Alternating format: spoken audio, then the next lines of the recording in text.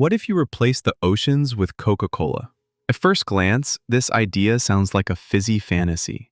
You wake up, walk to the beach, and instead of the familiar salty breeze, you're hit by the scent of caramel syrup, phosphoric acid, and a hint of artificial happiness. Seagulls scream overhead, or maybe they're just caffeinated now. But let's take this ridiculous question seriously.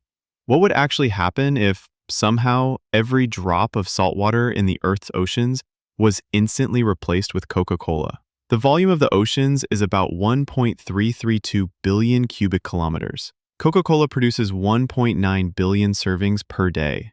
It would take 3 billion years to fill the ocean. But let's say you're impatient.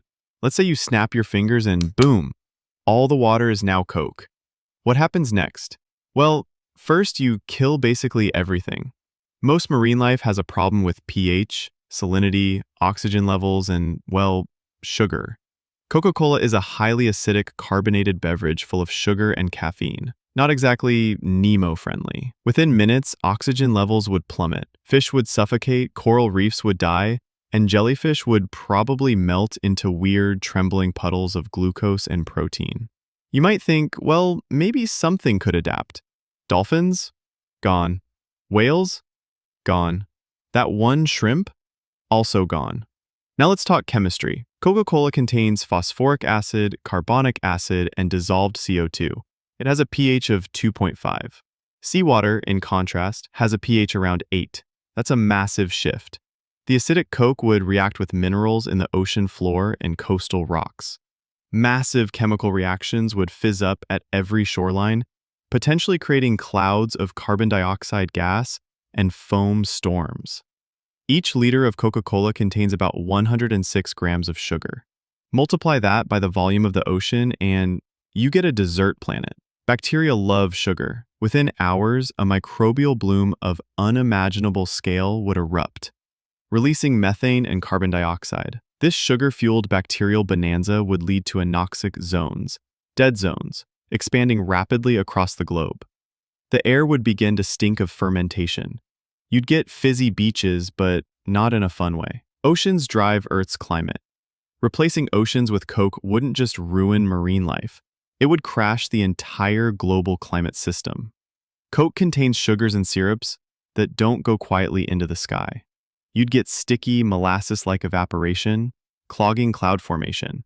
Rain might still happen, but it could be brown, sweet, and slightly acidic. In short, it's raining Coke. Hallelujah! Every beach, every harbor, every shipping route, now a sticky mess. Cargo ships and tankers clog and corrode in syrupy waters. Hulls would corrode faster thanks to the acid. Engines would clog. Trade would grind to a halt. Pirates would switch to raiding vending machines. But hey, maybe tourism goes up. Visit the new brown sea, take a selfie in the bubbly tide, until you realize that just stepping into the water makes your clothes stick to your body like flypaper. There's also the caffeine problem. Every liter of Coca-Cola contains around 34 milligrams of caffeine. You've dosed the entire planet.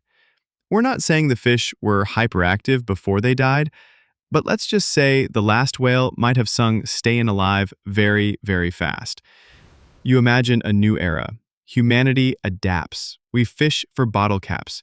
We invent the sugar navy. We build desalination plants that extract the water from Coke and discard the syrup. What do we do with all that syrup? Maybe we ferment it, turn it into ethanol, and power the world with sugar fuel. You've just covered the planet in sugar. Every coastline is now an invitation. Trillions of ants begin their march. Ecological collapse, climate disaster, microbial apocalypse, and caffeinated ants. But hey, the sunsets over the fizzy Pacific might still be kinda nice.